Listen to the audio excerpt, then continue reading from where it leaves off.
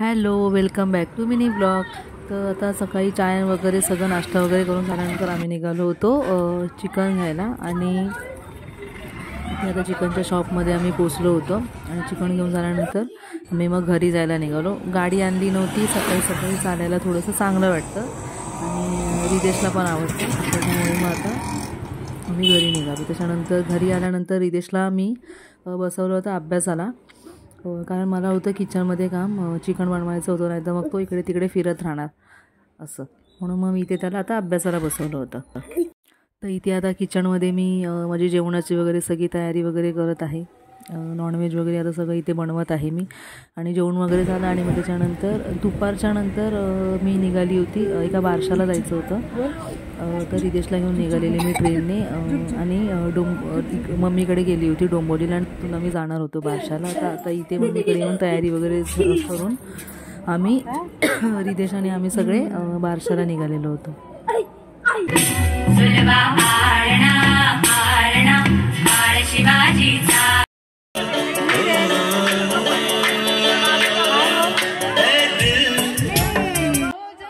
तर मम्मी इथे पाळणा म्हणत होती.